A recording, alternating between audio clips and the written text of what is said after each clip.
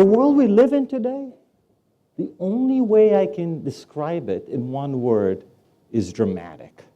On one hand, we have an inferno taking place in the Middle East. Little skirmishes and wars beginning. We have out of West Africa a new strain of Ebola that is going to have a 90% death rate. And all this dramatic news that is coming out that's saying we're in trouble. But a little known fact that has emerged in the last 2 weeks has never hit the headlines. And that is between the years 2000 and 2012, on planet Earth, according to the United Nations, the global life expectancy moved up by 6 years. In a span of 12 years, we as humans have added 6 years to our lives. We're approaching the point of singularity, which is we will choose when we're going to die. For every year we live, we're going to get a life extension of 1 year. We're reaching a point of singularity where the bio brain is fusing with the machine brain. We're seeing it through the apps we're using today. It is only a matter of time. And this level of dramatic change that is taking place is accelerating. But what does that mean to us in the way we live, the way we work, the way we play, the way we interact?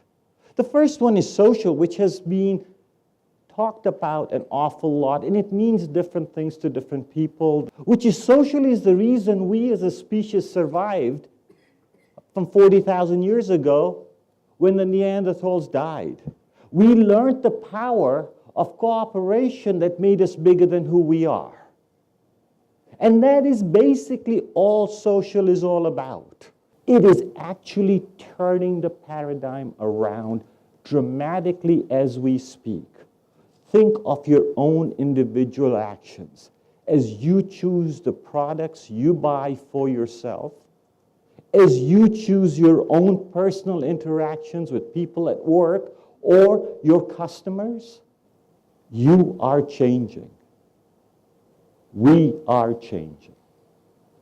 Let's take that first trend and fuse it with the second one that we call globalization, which was really coined by Friedman in The World is Flat about 10, 12 years ago. And he actually used India as a case study. And there are a number of definitions around it, but at the end of the day, what it is 3 billion souls joining the global supply chain that was primarily the West, and that was 1.5 billion people. The consequences of this were dramatic. There was a flattening of the wages in the West, and an actual reduction in real income over the last 30 years in a number of job families, while India was just skyrocketing. Guess what? Vietnam and Ukraine are doing to India what India did to the West. Globalization is talking about all these customers hitting the supply chain, and we write tons of stuff about it. But who is writing about the 3 billion employees that have entered the global supply chain? And through this process of getting better and better, we're squeezing the supply chain, we're bringing about productivity, and we're killing humanity. GDP of the world is over $60 trillion, 30% of which is public, 70% of which is private. New jobs created in the last 20 years, 80% are private. So the privates are creating the work. They are creating the jobs. But in the process, they're dehumanizing. So what is really happening in the workforce? We as human beings have become teeming masses of people and lost our individuality. And we will rebel against that.